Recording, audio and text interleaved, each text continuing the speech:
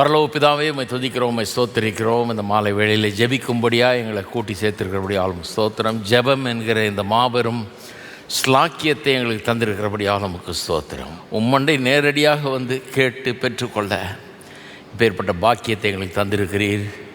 ஜெபிக்க எங்களுக்கு கற்றுத்தாரும் கர்த்தாவே. வெறும் எங்களுடைய தேவைகளை நாங்கள் நினைக்கிறபடி அல்ல, நீர் எண்ணுகிறபடி, நீர் அறிந்து வைத்திருக்கிறபடி உம்முடைய இருதயத்தில் இருக்கிற காரியங்களை நாங்கள் விண்ணப்பமாக ஏறெடுக்க, உம்முடைய தரிசனத்தை, உம்முடைய வாஞ்சை எங்களுடைய வாஞ்சை ஆக்கிக்கொள்ள, அதை ஜெபிக்க, அதன் மூலமாக பெரிய காரியங்களை காண எங்களுக்கு உதவி செய்வீராக. இயேசுவின் நாமத்தில் ஜெபிக்கிறோம், ஆமென். நம்ம உட்காருவோம். வெள்ளிக்கிழமையில் நாம் ஜெபிக்க வரும்போது ஒரு குறிப்பிட்ட முறையை, மெத்தடை ஃபாலோ பண்ணுறோம். ப்ரேயிங் த பைபிள் அப்படின்னு வசனத்தை வாசித்து அதன் அடிப்படையில் ஜெபிக்கிறோம். அதனுடைய மேன்மை என்னென்னா, வெறும் நம்ம தேவைன்னு நினைக்கிறோமே அது அல்ல. நிறைய நேரத்தில் அது இல்லை நம்ம தேவை. நம்ம தேவை அதை விட பெரிய தேவையாக இருக்குது, அதை விட ஆழமானதாக இருக்குது, நமக்கே புரியாத தெரியாத தேவைகளாக இருக்குது. அதையெல்லாம் வெளியே கொண்டு வருது கடவுளுடைய வார்த்தை. கடவுள் நம்மளிடத்தில் நம்முடைய வார்த்தையை கொண்டு பேசுகிறார். அப்போ நாம் அப்படி ஜெபிக்கும்போது வெறும் நம்ம எனக்கு இது வேணும் அது வேணும், நம்ம நினைக்கிறது இதுதான் வேணும்னு, நம்ம அதை காட்டிலும் பெரிய காரியங்கள்லாம் நமக்கு வேணும். அதெல்லாம் வந்தால் இதெல்லாம் ஒன்றும் இல்லாமல் போயிடும், இதெல்லாம் அதில் விழுங்கி போயிடும் பாருங்கள். அப்போ அப்படி ஜெபிக்க கற்றுக்கொள்ளணும். அப்படி ஜெபிக்கிறதுக்கு ஒரே வழி என்னென்னா, வேத வசனத்தின் அடிப்படையில் ஜெபிக்கிறது. அதுதான் பாருங்கள், உங்களுடைய டிவோஷனல் டைம். ஒரு காலையில் எழுந்திரிச்சு கொஞ்சம் நேரம் உட்காந்து ஒரு அரை மணி நேரமோ ஒரு மணி நேரமோ நீ செலவழிக்கிறீங்கன்னா, அது ஒரு நிமிஷம் கூட வேஸ்ட் பண்ணாமல் பைபிளை வாசித்து நீங்கள் அதை தியானித்து அது நடத்துகிற அந்த திசையில் போய் அப்படியே ஜெபம் பண்ணிங்கன்னா உங்களுக்கு பெரிய ஒரு வாழ்க்கையை கட்டி எழுப்ப உதவும். அது ரொம்ப பிரயோஜனமான ஒரு காரியமாக இருக்கும். அதுக்கு தான் அதை கற்றுத்தரோம். உங்களுடைய ஜெப வாழ்க்கையை மேம்படுத்துவதற்காக தான் நாம் இதை கற்றுத்தருகிறோம். சரி, இதுக்கு சங்கீத புஸ்தகத்தை பயன்படுத்துகிறோம். சங்கீத புஸ்தகம் ஜெபிக்கும்படியாகவே எழுதப்பட்ட பாடல்கள் எழுதப்பட்டிருக்கு. ஆனால் ஜெபமாக ஏறெடுக்க வேண்டிய பாடல்கள் இது. அதனால் ஜெபத்தை கற்றுக்கொள்கிறதுக்கு ரொம்ப ஏதுவாக இருக்குது. நீங்கள் எந்த போர்ஷனை வேணால் யூஸ் பண்ணலாம். பைபிளில் பழைய ஏற்பாடு புதிய ஏற்பாடு எங்கே வேணால் போய் எந்த பகுதியை வேணால் வாசித்து அதிலேருந்து பயனடையலாம், அதிலேருந்து ஜெபிக்கலாம். நாம் இதை பயன்படுத்துகிறோம் இப்போ ப்ராக்டிஸ்க்கு. சரி, 100வது சங்கீதத்துக்கு திருப்போம். 99 சங்கீதம் முடிச்சிட்டோம். வெள்ளிக்கிழமைகளில் இதை கற்று தந்துருக்கிறோம். 99 சங்கீதத்தை முடிச்சுட்டு இப்போ செஞ்சுரி அடிச்சிருக்கிறோம். போன வாரம் அடித்தோம். நம்ம இன்னும் 50 இருக்குது. நானும் எங்கேயும் போகல, நீங்களும் எங்கேயும் போகலன்னு நினைக்கிறேன். இருந்து கரெக்டாக அதை முடிப்போம். எத்தனையோ வருஷமாக சில காரியங்கள், ரோமர்லாம் 7 வருஷம் டீச் பண்ணேன், எபேசியர் 6 வருஷம் டீச் பண்ணேன். அதனால் நாங்கள் டைம் எடுத்து பண்ணுவோம், எல்லாம் அப்படியே தொடர்ந்து பண்ணுவோம். ஒரு பெரிய ஒரு நோக்கத்தோடு, ஒரு பெரிய அர்ப்பணிப்போடு இதை செய்து கொண்டிருக்கிறோம். பெரிய இது நாளைக்கு வந்து தலைமுறையாக ஜனங்கள் எடுத்து இந்த 150 சங்கீதத்தை எடுத்து இதை கேட்டு அதிலிருந்து அப்படியே உங்களுக்கு சில காரியங்களை கர்த்தர் பேசுவார். நான் சொன்னது மட்டும் இல்லை, உங்களுக்கு உள்ளத்தில் கர்த்தர் சில காரியங்களை பேசுவார். உங்களுக்கு ஜெபிக்கிறதுக்கு அது உதவும் என்று நம்புகிறேன். இது வந்து ரொம்ப காலத்துக்கு 50 வருஷத்துக்கு பிறகு கூட ஒரு வேளை சிலருக்கு பிரயோஜனமாக இருக்கும்னு நினைக்கிறேன். அந்த நம்பிக்கையில் தான் இதெல்லாம் செய்கிறேன். ஆல்ரைட், 100வது சங்கீதத்துக்கு போவோம். நான் வாசிக்கிறேன் 100வது சங்கீதம். 5 வசனம் தான் வாசித்துட்டு அது தொடருவோம். பூமியின் குடிகளே, எல்லோரும் கர்த்தரை கம்பீரமாய் பாடுங்கள், மகிழ்ச்சியோடு கர்த்தருக்கு ஆராதனை செய்து ஆனந்த சத்தத்தோடு அவர் சந்நிதி முன் வாருங்கள். கர்த்தரே தேவன் என்று அறியுங்கள், நாம் அல்ல, அவரே நம்மை உண்டாக்கினார். நாம் அவர் ஜனங்களும் அவர் மேய்ச்சல் நாடுகளுமாய் இருக்கிறோம். அவர் வாசல்களில் துதியோடும் அவர் பிரகாரங்களில் புகழ்ச்சியோடும் பிரவேசித்து அவரை துதித்து அவருடைய நாமத்தை ஸ்தோத்திரியுங்கள். கர்த்தர் நல்லவர், அவருடைய கிருபை என்றென்றைக்கும், அவருடைய உண்மை தலைமுறைக்கும் உள்ளது. 5 வசனம் தான். 150 சங்கீதத்தில் இந்த ஒரு சங்கீதத்தை தான் A Psalm for Thanksgivingனு இங்கிலீஷில் டைட்டில் கொடுத்துருக்காங்க. 100வது சங்கீதம்னு போட்டு அது கீழே ஒரு ப்ராக்கெட்டில் ஒன்று போட்டிருக்காங்க இல்லையா. அதுக்கப்புறம் தான் முதல் வசனம் துவங்குது. அது கீழே ஒரு நோட் போடுறாங்களே, அது ரொம்ப முக்கியம். அதில் தமிழில் ஸ்தோத்திர சங்கீதம்னு வரும், இங்கிலீஷில் The Psalm for Thanksgiving. இதை பற்றி சில காரியங்களை போன வாரம் சொன்னேன் உங்களுக்கு, அதை நீங்கள் கேட்டு பாருங்கள். இது உண்மையாகவே ஒரு கர்த்தருக்கு ஸ்தோத்திரம் செலுத்துகிற சங்கீதம் என்று அழைக்கப்படுது. அதனால் மற்ற சங்கீதங்கள்லாம் கர்த்தருக்கு ஸ்தோத்திரம் செலுத்தலைன்னு அர்த்தம் கிடையாது. ரொம்ப விசேஷமாக இந்த சங்கீதத்தை ஸ்தோத்திரம் செலுத்துகிற சங்கீதம் என்று சொல்லுகிறார்கள். இந்த சங்கீதத்தில் சில காரியங்களை நாம் பார்க்கலாம். அதுதான் நம்ம ஆரம்பித்தோம். 2 வசனம் மட்டும்தான் பார்த்தோம். முதலாவது என்னென்னா, கர்த்தருக்கு எப்படி ஸ்தோத்திரம் செலுத்துவது என்பதை குறித்து பார்த்தோம். ஷவுட் டு த லார்ட், கம்பீர சத்தத்தோடு அப்படின்னு சொல்லியிருக்குது. அது மட்டும் இல்லை, மகிழ்ச்சியோடு கர்த்தருக்கு ஆராதனை செய்து அப்படின்னு சொல்லியிருக்குது. ஆராதனை செய்துங்கிறது சேவிக்கிறத பற்றியது, அதனால் சர்விங் காடை பற்றி பேசினேன். அது மட்டும் இல்லை, ஆனந்த சத்தத்தோடு அவர் சன்னதி முன் வாருங்கள் என்று சொல்லியிருக்குது. ஸோ ஷவுட்டு, சர்வ் அண்ட் கம் என்கிறத பற்றி போன வாரம் பார்த்தோம். எப்படி கர்த்தருக்கு ஸ்தோத்திரம் செலுத்துவது என்பதை குறித்து பேசினேன். சத்தமிடுவதை பற்றிலாம் பேசினேன். எல்லா நேரமும் கூச்சல் போட்டுட்ருக்கணும்னு வேதம் போதிக்கல. வந்ததுலேருந்து போகிற வரைக்கும் கூச்சல் போட்டிருந்தா எல்லாருக்கும் காது வலிச்சிடும் இல்லையா? அப்படிலாம் வேதம் வேதம் ஒரு எக்ஸ்ட்ரீம் இது கிடையாது, கிறுக்குத்தனம் கிடையாதுங்க. ரொம்ப அற்புதமான ஒரு கர்த்தருடைய வார்த்தை.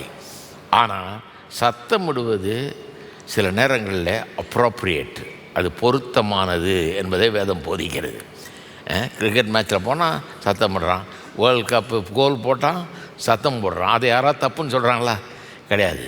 ஆனால் ஒருத்தர் ரோடில் நின்று அந்த கத்திட்டு பைத்தியம் பிடிச்சிருக்குன்னு அர்த்தம் இல்லையா? சும்மா கத்திகிட்டே இருந்தான்னு வைங்க, காலையில் சாயந்தரம் வரைக்கும் கிறுக்கு பிடிச்சிருச்சுன்னு அர்த்தம். அப்போ சில நேரங்களில் அது பொருத்தமாக இருக்குது. ஆவிக்குரிய ஜீவியத்தில் கூட சில நேரங்களில் அது பொருத்தமாக இருக்கிறது. அதனால தான் ஆராதனைகளில் நம்ம ரெஸ்ட்ரிக்ட் பண்ணக்கூடாது. பாருங்கள், சத்தம் போடக்கூடாது, இங்கே ரொம்ப சைலண்ட்டாக இருக்கணும் அப்படிலாம் இங்கே கண்டிஷன்லாம் கிடையாது. சத்தம் போடலாம். இங்கே உங்களுக்கு ஏதோ ஒரு காரணத்தினால நீங்கள் உற்சாகம் அடைந்து சத்தம் போடணும்னு நினச்சிங்கன்னா போடுங்க, யாரும் வேணான்னு சொல்கிறதில்லை. இதை பற்றிலாம் நான் பேசினேன். சரி, இப்போ இந்த 2வது பகுதிக்கு போவோம். முதல் பகுதி கர்த்தரை எப்படி ஆராதிப்பது என்பதை குறித்து பார்த்தோம். 2வது பகுதி ஏன் தேவனுடைய ஜனங்கள் கர்த்தருக்கு ஸ்தோத்திரத்தை செலுத்த வேணும், எப்படி ஸ்தோத்திரம் செலுத்த வேணும்னு பார்த்துட்டோம். இப்போ ஏன் ஸ்தோத்திரம் செலுத்த வேணும் என்கிறத இப்போ நாம் 3வது வசனத்தில் நாம் பார்ப்போம். ஏன் நாம் ஸ்தோத்திரம் செலுத்த வேண்டும்?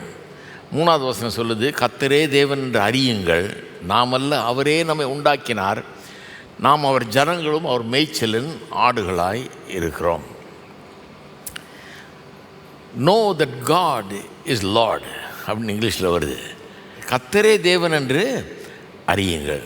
கர்த்தர் தேவன் அறிஞ்சிட்டிங்கன்னா, அவர் தான் தெய்வம்னு அறிந்து கொண்டீர்கள் என்று சொன்னால் ஸ்தோத்திரம் பண்ணாமல் இருக்க முடியாது. ஸ்தோத்திரம் பண்ணுவதற்கு அதுவே காரணமாகி விடுகிறது. It becomes the reason and the cause for price.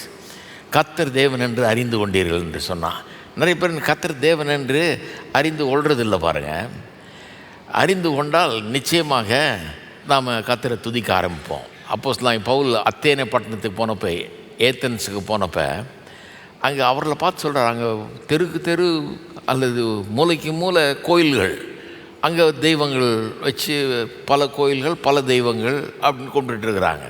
அதெல்லாம் சுற்றி பார்த்துட்டு கடைசியில் அவருக்கு பேசுகிறதுக்கு ஒரு மேடை தர்றாங்க. ஏன்னா அந்த ஊரில் கொஞ்சம் ஃபிலாசபியெல்லாம் பேசுகிறதுக்குன்னு ஒரு மேடை வச்சுருந்தாங்க. இன்றைக்கி லண்டனில் கூட அப்படி ஒரு இடம் இருக்குது.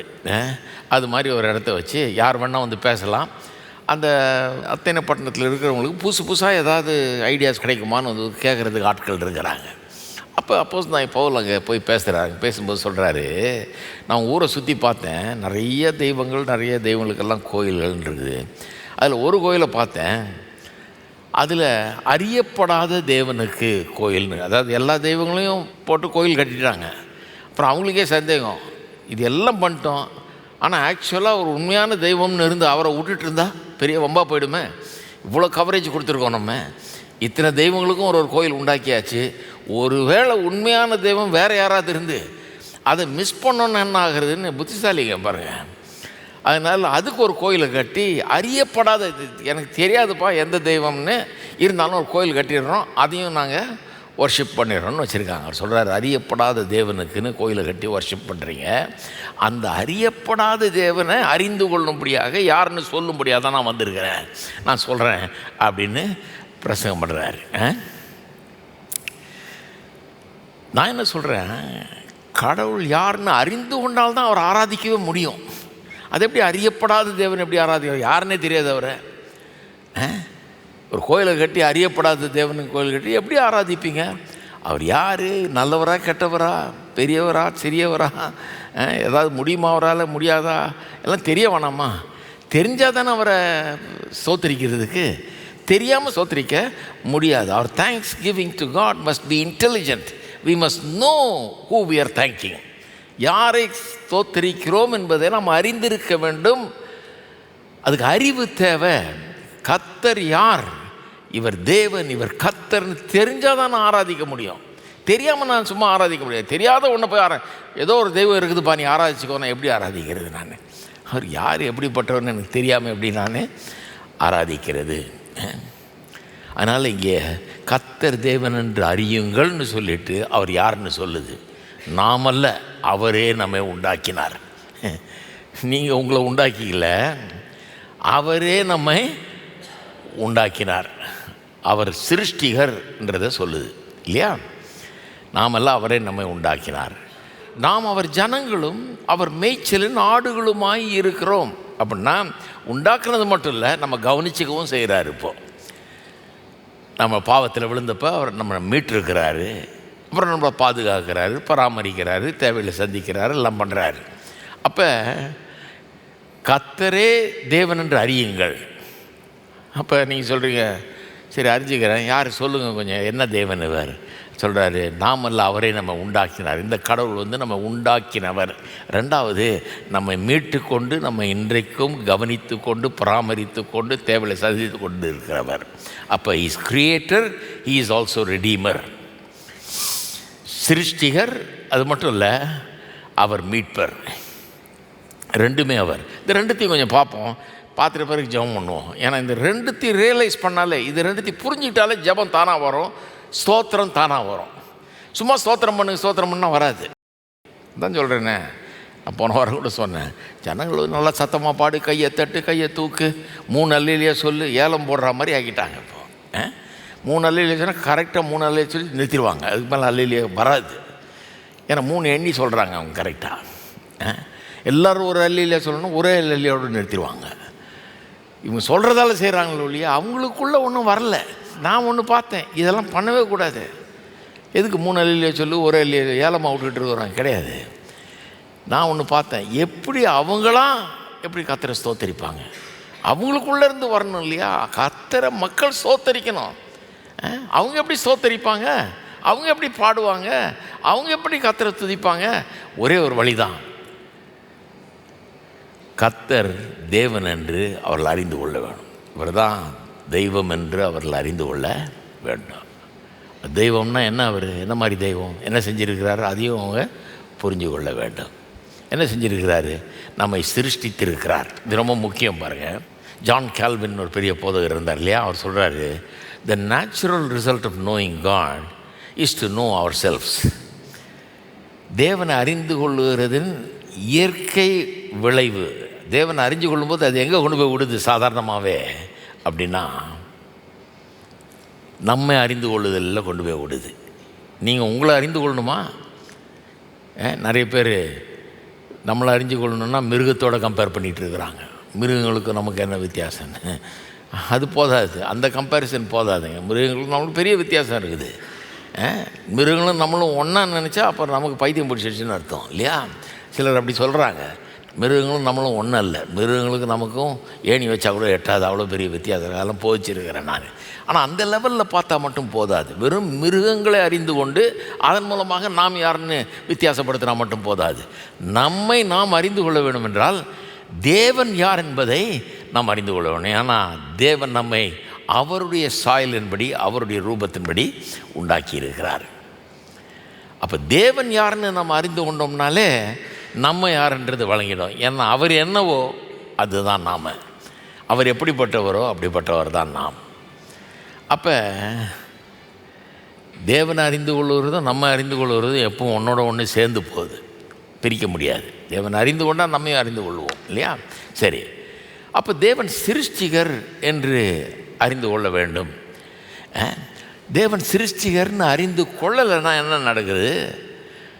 அறிந்து கொள்ளாதவர்கள், அறிய விரும்பாதவர்கள், அப்படி அதை புரிந்து கொள்ள விரும்பாதவர்கள், கடவுள் இல்லைன்னு நம்புகிறவர்கள், அவங்க என்ன பண்ணுறாங்க? தங்களை தாங்களே சிருஷ்டித்ததாக எண்ணிக்கொள்கிறார்கள். Self mat. கடவுள் இல்லைன்றாங்க. நீ எப்படிப்பா அந்த உலகத்தில் வந்து எப்படி நீ இருக்கிற, எப்படி எங்கேருந்து வந்தேன்னா இது இயற்கை பண்ணிடுச்சு. இது ஏதோ அது ஒன்று சேர்ந்து ரெண்டுன்னு சேர்ந்து இப்படி ஆயிடுச்சு, அவ்வளோதான். ஏதோ அது எதுவும் கிளாஷ் ஆகி எங்கேயோ அப்படி இப்படின்னு ஒன்று சேர்ந்து கடைசியில் நான் ப்ரொடியூஸ் பண்ணப்பட்டேன். இது இயற்கை அப்படி பண்ணிடுச்சு அப்படிங்கிறாங்க. நீங்கள் நல்லா யோசித்து பாருங்கள், உங்களே பாருங்கள். இந்த டாக்டருக்கு படித்தவங்களை கேட்டு பாருங்கள், இந்த பாடியை பற்றி என்ன மாதிரி ஒயரிங், இந்த பாடியில் நாடி நரம்புகள்லாம் எவ்வளோ ஒயரிங்னு போய் வாங்கினீங்கன்னா எக்கச்சக்கமான விலை ஆகும். அவ்வளோ இருக்குது உள்ள. ஒயரிங் பண்ண சொன்னால் குழப்பி விட்டு போயிடுவானுங்க. ஆனால் அது வந்து இதை கொஞ்சம் வாங்கிட்டு வந்து கொடுத்து எல்லாம் ஃபுல்லாக ஒயரிங் பண்ணியான்னா இந்த உலகத்தில் இருக்கிற பெரிய பெரிய ஆளுங்க கூட பண்ண முடியாது. இந்த டாக்டருங்க 10 வருஷம் படிச்சுட்டு கூட ஃபுல்லாக புரிய மாட்டேங்குது. ஏன்னா அந்த மாதிரி இன்ட்ரிகேட்டாக ஒயர் பண்ணி பண்ணப்படாது. அதான் சங்கீதக்காரன் சொல்லுகிறான், we are fearfully and wonderfully made.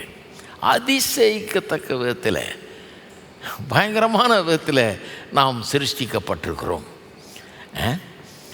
அதுதான் உண்மை. வெறும் சரீரத்தை சொல்கிறேன். இந்த மனுஷனுடைய மூளையை, அப்படி அறிவை பாருங்கள். மூளைன்றது ஒன்று, அது ஒரு சரீரத்தின் அங்கமாக இருக்குது. அந்த அறிவுக்கு பின்னால் இருக்கிற ஒரு எண்ணங்களை பாருங்கள், எவ்வளோ ஆழமான எண்ணங்கள் பாருங்கள். எப்படி அவன் ஆழமாக ஆராயிறான், அலசி ஆராய்ஞ்சு சிந்தித்து டீப்பாக திங்க் பண்ணக்கூடிய மனுஷனாக இருக்கிறான். எப்படி இருக்கிறான்? அவனுடைய இமோஷன்ஸை பாருங்கள், அவனுடைய விருப்பங்களை பாருங்கள், ஆசைகளை பாருங்கள். அவனுடைய ஆசைகள்லாம் மிருகத்தின் ஆசைகளுக்கும் ரொம்ப அதிகமாக இருக்குது. ஒரு மாடு வந்து ஏர் கண்டிஷன் ரூமை கேட்கல, அது எங்கே வேணால் படுத்துக்கும். என்னத்தையும் தின்னு, ஒன்றும் கிடைக்கலன்னா போஸ்டர் ரெஜிஸ்டர் ஏதாவது தின்னுக்கிட்டு, நம்ம ஊர் முழுக்க பண்ணுது பாருங்கள், தின்னுக்கிட்டு பேசாமல் கிடக்கும். ஏன்னா யாரும் சோறு போடல, என்ன பண்ணுறது, புண்ணாக்கு போட்டால் பரவாயில்ல. ஒன்றும் போடலைன்னா ஏதோ கிடைக்கிறது அங்கங்கே சாப்பிட்டுட்டு பேசாமல் எங்கேயாவது படுத்து கிடக்கும். அது சுத்தமாக பெட்டு விரித்து போர்வை கொடுத்து எல்லாம் தேவையே இல்லை. அதுக்கு அந்த மாதிரி இதெல்லாம் கேட்குறது இல்லை. மனுஷனை பாருங்கள், ஒரு பாய் கொடுத்தீங்கன்னா படுப்பான். கொஞ்ச நாள் பொறுத்து மெத்தை உள்ள கட்டில் கேட்பான். மெத்தை போட்டு கட்டில் கொடுத்தீங்கன்னா கொஞ்ச நேரம் பொறுத்து ஒரு ஏசி ரூம் கிடைக்குமான்னு பார்ப்பான். இதுலேருந்து அதுக்கு ப்ரமோட் ஆகலாமான்னு பார்ப்பான். நல்ல ஏசி, அதான் ஏசி ரூம் வந்துருச்சியா பரவாயில்லையே அப்படின்னா அதுலேருந்து ஸ்வீட் மாதிரி ஒரு ரூம் வருவாங்க. கொஞ்சம் இங்கே சோஃபாலாம் போட்டு இங்கே ஒரு கட்டில் போட்டு இன்னும் கொஞ்சம் சொகுசாப்படுது. இதெல்லாம் வந்து அவனுடைய ஆசைக்கு அளவே இல்லை மனுஷன். இதெல்லாம் ஜனங்க எப்படி இன்டர்பிரட் பண்ணுறாங்க, இதெல்லாம் ஒரு பெரிய பாவன்ற மாதிரி நினைக்கிறாங்க. கிடையாது. கடவுள் அவனை உயர்ந்தவனாக உண்டாக்கிட்டார். அதனால் அவனுடைய ஆசைகள்லாம் எங்கேயோ இருக்குது, லெவலே வேறு மாதிரி இருக்குது. மிருகங்கள்லாம் கம்பேரிசனே கிடையாது. மனுஷன் அல்டிமேட் இதை விரும்புகிறான், உயர்ந்த காரியங்களை விரும்புகிறான். எண்ணங்கள் கூட அப்படி தான். நல்ல பெரிய பெரிய ஆளுங்கள்லாம் பாருங்கள், உயர்ந்த எண்ணங்கள், லட்சியங்கள், அதை விரும்புகிறாங்க. பெரிய நோக்கங்கள், தரிசனங்கள் அப்படின்னு விரும்புகிறாங்க.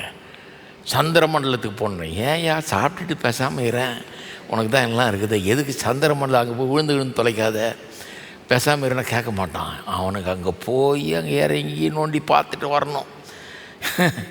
ஏன்னா அவன் வந்து கடவுளை மாதிரி உண்டாக்கப்பட்டான் பாருங்கள். அப்படிப்பட்ட அறிவு ஆற்றல் அவனுக்கு கொடுக்கப்பட்டிருக்கிறது, அப்படிப்பட்ட மேன்மை அவனுக்கு கொடுக்கப்பட்டிருக்கிறது. சும்மா இருக்கவே முடியாது அவனால். அவன் விரும்புகிறது எந்த ஒரு சாதாரண சிருஷ்டிப்புக்கும் அப்பாற்பட்ட விதத்தில் இருக்குது. ஏன்னா அவன் சாதாரண சிருஷ்டிப்பு இல்லை, தேவனுடைய சாயலின்படி ரூபத்தின்படி உண்டாக்கப்பட்டிருக்கிறான். இருக்கிறீங்களா? இதெல்லாம் ரொம்ப வில்லியம் ஜேம்ஸன் ஒரு ஃபிலாசபர் ஒருத்தர், அவர் ஃபிலாசபர் அண்ட் சைக்காலஜிஸ்ட். அவர் சொல்கிறார் பாருங்கள், என்ன மாதிரி மனுஷனுக்கும் மிருகத்துக்குள்ள வித்தியாசம், மனுஷனுடைய மனது, அவனுடைய எண்ணங்கள்லாம் எவ்வளோ வித்தியாசப்படுதுன்றதை பற்றி சொல்கிறாரு. ஆச்சரியமாக இருக்குது.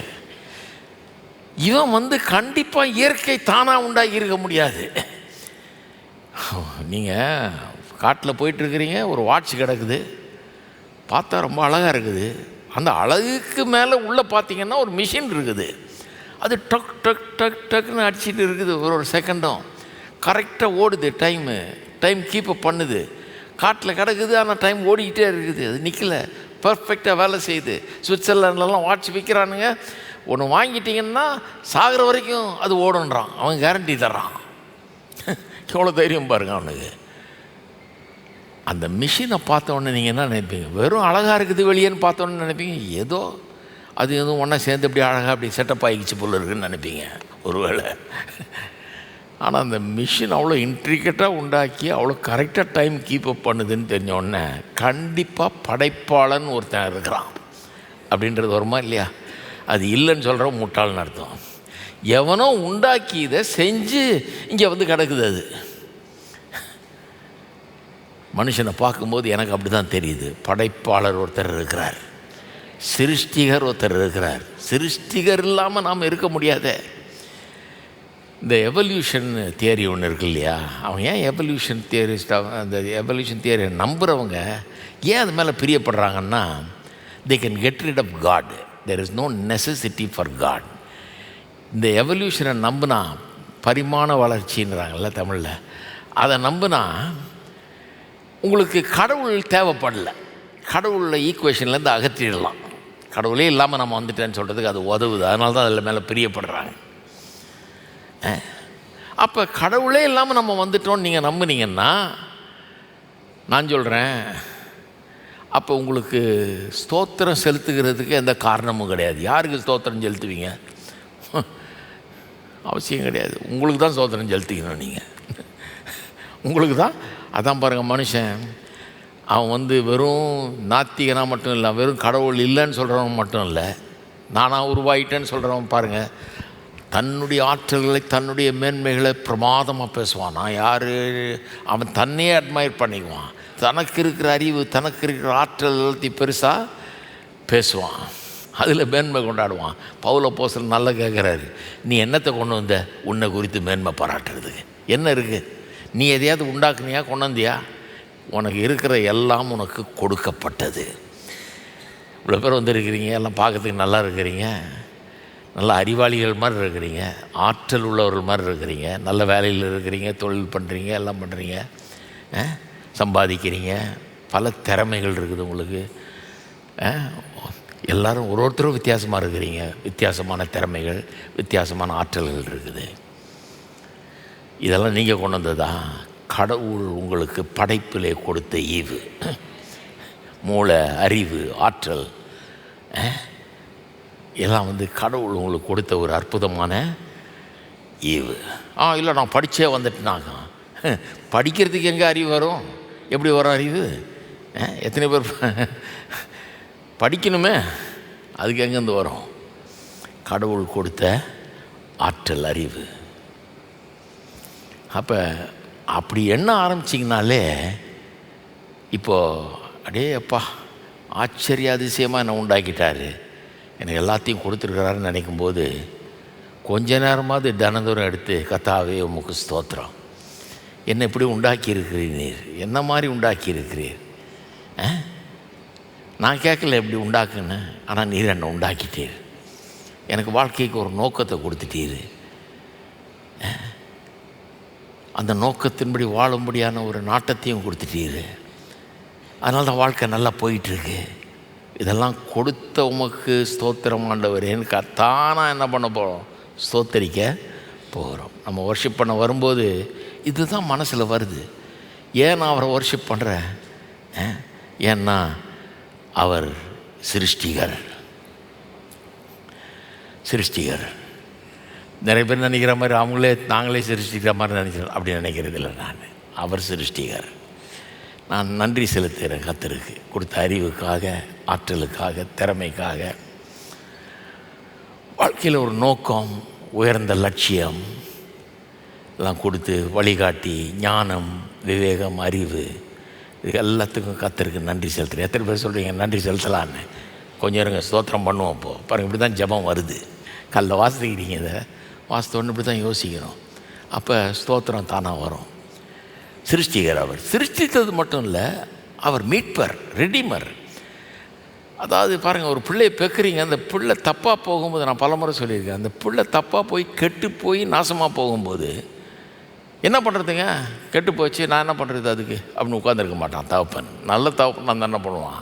பின்னாலேயே விரட்டிட்டு போய் அந்த பிள்ளைக்கு என்னெல்லாம் பண்ணணுமோ டியூஷன் வைக்கணுமா, பள்ளிக்கூடத்தை மாற்றி வேற எங்கேயாவது அனுப்பணுமா, இவனுக்கு எதாவது செய்யணுமா, என்னன்னு பார்த்து டாக்டர்கிட்ட கொண்டு போகணுமா, ட்ரீட்மெண்ட் ஏதாவது கொடுக்கணுமா, என்னெல்லாம் பண்ணணுமோ பார்த்து பண்ணி செலவழித்து எல்லாம் பண்ணி எப்படியாவது அவனை ஆளாக்காமல் விட மாட்டான் ஒரு நல்ல தகப்பன் இல்லையா? ஒரு நல்ல தகப்பன் மீட்கிற தகப்பனாக இருப்பான், தன்னுடைய ஜீவனையே கொடுக்குறவனாக இருப்பான். என் உயிரை பண்ணாலும் பரவாயில்ல, என் பிள்ளைய நான் நல்லா வாழ வைக்கணும் அப்படிங்கிறவன் தான் தகப்பன் இல்லையா? அது மாதிரி அது கடவுள்கிட்டேருந்து வருது அந்த குணம். ஏன்னா கடவுள் அப்படி பண்ணார். நம்ம பாவத்தில் விழுந்து போனப்போ இவனுக்கு கொஞ்சம் கூட தகுதியற்றவனுங்க இவ்வளோ பண்ணோம், ஏதேன் தோட்டத்தை அவ்வளோ அழகாக பண்ணி கொடுத்தா இவன் இப்படி பண்ணிட்டான், நம்மளை வேணான்ட்டான், சாகட்டுமே அப்படின்னு விட்டுருக்கலாம். விடல, தகப்பனுடைய உள்ளம். அவர் நம்மளை தேடி வர்றாரு. மனுஷ ரூபம் எடுத்து உள்ள இந்த பாவ உலகத்தில் வந்து பாவிகளிடத்தில் பாடுபட்டு பாவிகளால் கொல்லப்பட்டு சிலுவையில் அறையப்பட்டு மரிக்கிறார். வேத வசனம் இந்த ரெடிமரை பற்றி என்ன அழகாக சொல்லுது. சங்கீதக்காரன் சொல்கிறான், கர்த்தரின் மெய்ப்பராய் இருக்கிறார், நான் தாழ்ச்சி அடையேன். அவர் என்னை கவனிச்சுக்கிறார், என்னை மீட்கிறது மட்டும் இல்லை, என்னை பராமரிக்கிறார். யோவான் 10ஆம் அதிகாரத்தில் வாசித்து பார்த்திங்கன்னா அருமையான ஒரு பகுதி இருக்குது பாருங்கள். இந்த மெய்ப்பரை பற்றி இயேசு நானே நல்ல மெய்ப்பன்னு அங்கே சொல்கிறார் இல்லையா? யோவான் 10ஆம் அதிகாரத்தில், யோவான் 10ஆம் அதிகாரம் 11-12 பாருங்கள். நானே நல்ல மெய்ப்பன் ஆடுகளுக்காக தன் ஜீவனை கொடுக்கிறான். மெய்ப்பனாய் இராதவனும் ஆடுகள் தனக்கு சொந்தமில்லாதவனுமான கூலியாள் ஓனாய் வருகிறதை கண்டு ஆடுகளை விட்டு ஓடி போகிறான். அப்பொழுது ஓனாய் ஆடுகளை பீறி அவைகளை சிதறடிக்கும். நல்ல மெய்ப்பனுக்கும் நல்ல மெய்ப்பன் அல்லாதவனுக்கும் வித்தியாசம் இருக்குது. நல்ல மெய்ப்பன் ஆடுகளுக்காக ஜீவனை கொடுத்து அதை காப்பாற்றுற வேலையில் இறங்குவான். ஏதாவது வந்து பீறிட்டு போயிடுச்சுன்னு வேடிக்கை பார்த்துட்டு இருக்க மாட்டான். ஆனால் நல்ல மெய்ப்பன் அல்லாதவன் கூலிக்கு இருக்கிற மெய்ப்பன் ஓனாய் வருகிறதை கண்டு அவன் ஓடி போயிடுவான். இதை காப்பாற்றுறதுக்கு பல அவன் ஓடி போயிடுவான். அது வந்து ஆடுகளை பீறி போடுமாம். அதுக்கப்புறம் இன்னும் கொஞ்சம் பாருங்கள், 14ஆம் வசனம். நான் என் நல்ல மெய்ப்பன், பிதா என்னை அறிந்திருக்கிறது போலவும் நான் பிதாவை அறிந்திருக்கிறது போலவும் நான் என்னுடையவைகளை அறிந்ததும் என்னுடையவைகளால் அறியப்பட்டும் இருக்கிறேன். ஆடுகளுக்காக என் ஜீவனையும் கொடுக்கிறேன். இந்த தொழுவத்தில் உள்ளவைகள் அல்லாமல் வேறு ஆடுகளும் எனக்கு உண்டு, அவைகளையும் நான் கொண்டு வர வேண்டும்.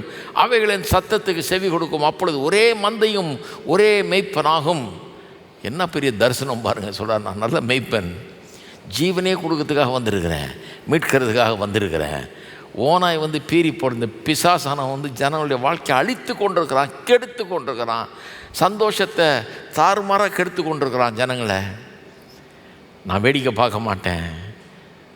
நான் அந்த ஓனாயை விரட்டுறதுக்கு வந்திருக்கிறேன், மேற்கொள்ள வந்திருக்கிறேன், ஜெயிக்கிறதுக்கு வந்திருக்கிறேன், ஆடுகளுக்கு நல்வாழ்வை தர வந்திருக்கிறேன். என்னுடைய ஆடுகளை நான் அறிந்திருக்கிறேன், என்னுடையவர்களால் அறியப்பட்டும் இருக்கிறேன். ஆடுகளுக்காக என் ஜீவனையும் கொடுக்கிறேன் சொல்லிட்டு சொல்கிறாரு. எனக்கு வேறு ஆடுகளும் உண்டு. இந்த உலகத்தை பார்த்து கர்த்தரை அறியாத மக்களை பற்றி சொல்கிறாரு.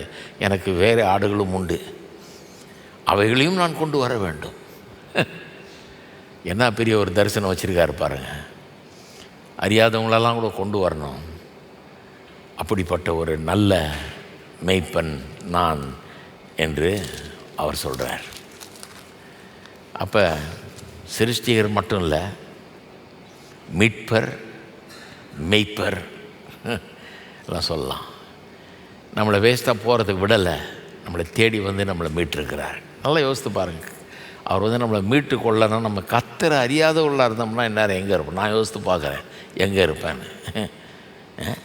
என்னத்தை பண்ணிட்டுருப்போம் கர்த்தரை அறியலைன்னா? கர்த்தரை அறிந்திருக்கிறது எவ்வளோ பெரிய பாக்கியம். அறிந்தது வந்து நான் ஏதோ நல்லவனாக இருந்ததுனால வந்து கண்டுபிடிச்சிடல அவர் என்னை கண்டுபிடிச்சார். அவர் என்னை தேடி வந்தார், அவர் என்னை கண்டு கொண்டார், அவர் என்னை கொண்டு வந்தார், என்னை மீட்டார், விடுவித்தார். இதை நான் நினச்சி பார்க்கும்போது எப்படி நன்றி சொல்லாமல் இருக்க முடியும்? எப்படி ஸ்தோத்திரம் செய்யாமல் இருக்க முடியும்? கிவ் தேங்க்ஸ் டு காட்ன்றோம். Why should be give thanks to காட்னு கேட்குறாங்க. ஏங்க ஸ்தோத்திரம் செலுத்தணும்? இதனால தான் என்னை சிருஷ்டித்தவர், என்னை மீட்டு என்னை பராமரிக்கிறவர், நல்ல மெய்ப்பன். அதனால தான் கர்த்தரை நான் ஸ்தோத்திரிக்க விரும்புகிறேன். எத்தனை பேர் கர்த்தரை ஸ்தோத்திரிக்க விரும்புகிறீங்க? இதெல்லாம் மனசில் வச்சு தியானம் பண்ணி பாருங்கள். சும்மா இருக்கும்போதே ஸ்தோத்திரம் வந்துக்கிட்டே இருக்கும் வாயிலிருந்து. அப்பப்போ ஸ்தோத்திர ஆண்டவரே, ஸ்தோத்திர ஆண்டவரே, ஸ்தோத்திர ஆண்டவரேன்னு சொல்லுவோம். இதெல்லாம் நம்ம மனசில் வச்சு தியானித்தோம்னா இது எவ்வளோ நல்லா இருக்கும்ன்றீங்க. கர்த்தருக்கு ஸ்தோத்திரம் செலுத்திக்கிட்டே இருப்போம். நம்ம எல்லோரும் சேர்ந்து கர்த்தரை ஸ்தோத்திரிப்போம். நம்முடைய உள்ளங்களையும் கரங்களையும் ஏறெடுத்து கர்த்தருக்கு நன்றி செலுத்துவோம். ஸ்தோத்திரம் கர்த்தாவே, ஸ்தோத்திரம் ஸ்தோத்திரம் ஸ்தோத்திரம் கர்த்தாவே, உமக்கு ஸ்தோத்திரம் செலுத்துகிறோம். நீ ஸ்தோத்திரிக்கப்படத்தக்கவர். அற்புதமாய், அதிசயமாய், ஆச்சரியப்படத்தக்க விதத்தில் எங்களை உண்டாக்கி இருக்கிறீர், படைத்திருக்கிறீர். அதற்காக உமக்கு ஸ்தோத்திரம். நாங்கள் உம்முடைய படைப்புகள் கர்த்தாவே, ஆச்சரியமான படைப்புகள், அருமையான படைப்புகளாய் நாங்கள் இருக்கிறோம். எங்களுக்கு உள்ள எல்லாவற்றையும் எண்ணி பார்க்கிறோம். எங்களுக்கு உள்ள திறமை, ஆற்றல், அறிவு எல்லாம் இடத்திலிருந்து வந்தது. ஒன்று நாங்கள் உண்டாக்கவில்லை. இது எல்லாம் நீர் தயவாய் எங்களுக்கு கொடுத்தது கர்த்தாவே. எங்களுக்கு உண்டு பண்ணது, எங்களுக்கு கொடுத்தது, எங்களுக்கு கொடுத்த இந்த வாழ்வுக்காக, இந்த ஜீவனுக்காக, இந்த பலனுக்காக, அறிவுக்காக, ஞானத்துக்காக, விவேகத்துக்காக, உயர்ந்த லட்சியங்களுக்காக, நோக்கங்களுக்காக, நல்ல மனதுக்காக, நல்ல இருதயத்துக்காக, சித்தங்கொள்ளுகிற திறமைக்காக, சரியான காரியங்களை தெரிந்தெடுக்கக்கூடிய ஒரு புத்திக்காக, எல்லாவற்றுக்காக உமக்கு நன்றி செலுத்துகிறோம் கர்த்தாவே, நன்றி செலுத்துகிறோம். எங்களை அற்புதமாய் படைத்திருக்கிறீரே, உமக்கு நன்றி நன்றி நன்றி ஆண்டவரே, உமக்கு நன்றி நன்றி இயேசுவே, உமக்கு நன்றி ஆண்டவரே.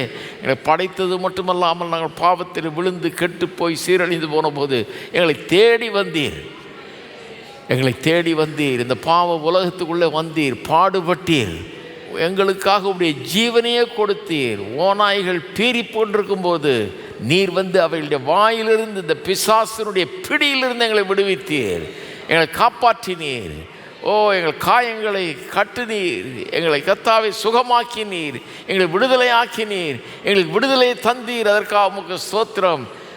எங்களுக்கு வாழ்க்கையில் வெற்றியை தந்தீர், எங்கள் தேவைகளெல்லாம் சந்திக்கிறீர். எங்களுடைய நல்ல மெய்ப்பனாய் நீர் இருக்கிறீர்.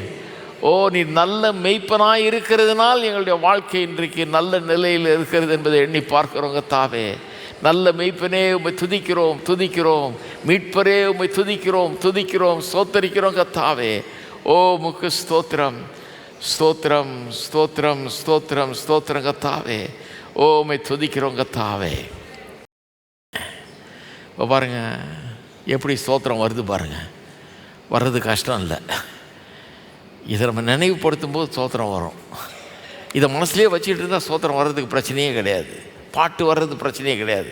வாயை திறந்து பாடுவோம், நல்லா சத்தமாகவே பாடுவோம். கர்த்தரை துதிக்கிறதுங்கிறது ஒரு பாரம் கிடையாது, அது ஒரு இன்பமாக இருக்கும். கர்த்தரை துதிக்கும் போல் தோணும். அவ்வப்போது கொஞ்சம் நின்று கர்த்தரை ஸ்தோத்தரிப்போம், துதிப்போம் அப்படின்னு தோணும். ஏனென்றால் இந்த உணர்வு உள்ளே வரணும். அவர் என்னுடைய சிருஷ்டிகர், என்னுடைய மீட்பர், என்னை பராமரிக்கிற நல்ல தேவன்.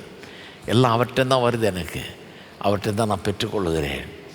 அப்படின்னும்போது ஸ்தோத்திரம் செலுத்துகிறோம் இல்லையா?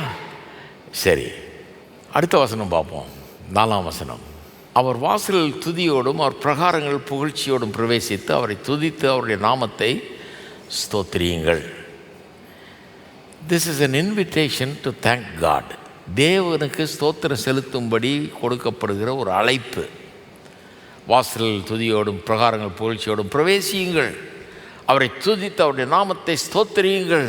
அப்படிங்கிறது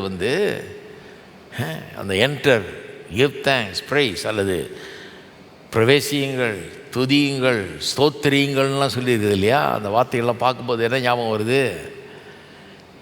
யாரோ ஒருத்தர் அழைக்கிற மாதிரி இருக்குது. வாங்க கர்த்தரை ஸ்தோத்திரியுங்கள் என்று அழைப்பது போல் இருக்குது. இது நமக்கு எதை நினைவுபடுத்துகிறது? சிறுவையில் ஜனங்கள் பாருங்கள், நான் வீட்டில் பைபிள் வாசித்து நான் ஜெபம் பண்ணிக்கிறேன் அப்படின்னு உட்காந்துக்கல.